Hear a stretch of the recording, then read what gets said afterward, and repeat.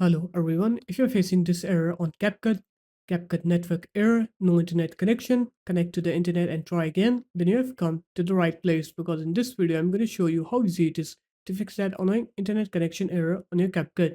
So first of all, you're going to open up your web browser, you're going to search for Cloudflare Warp, you're going to go onto this link, you're going to click download latest stable release, and you're going to download and install this software.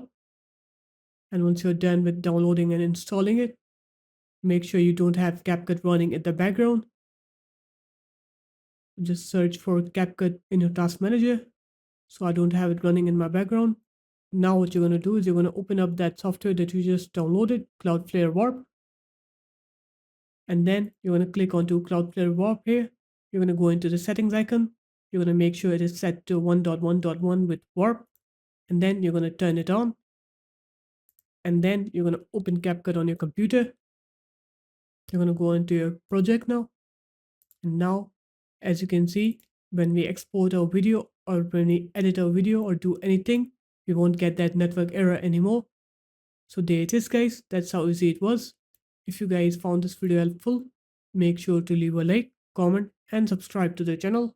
And I'll see you in my next video. Peace.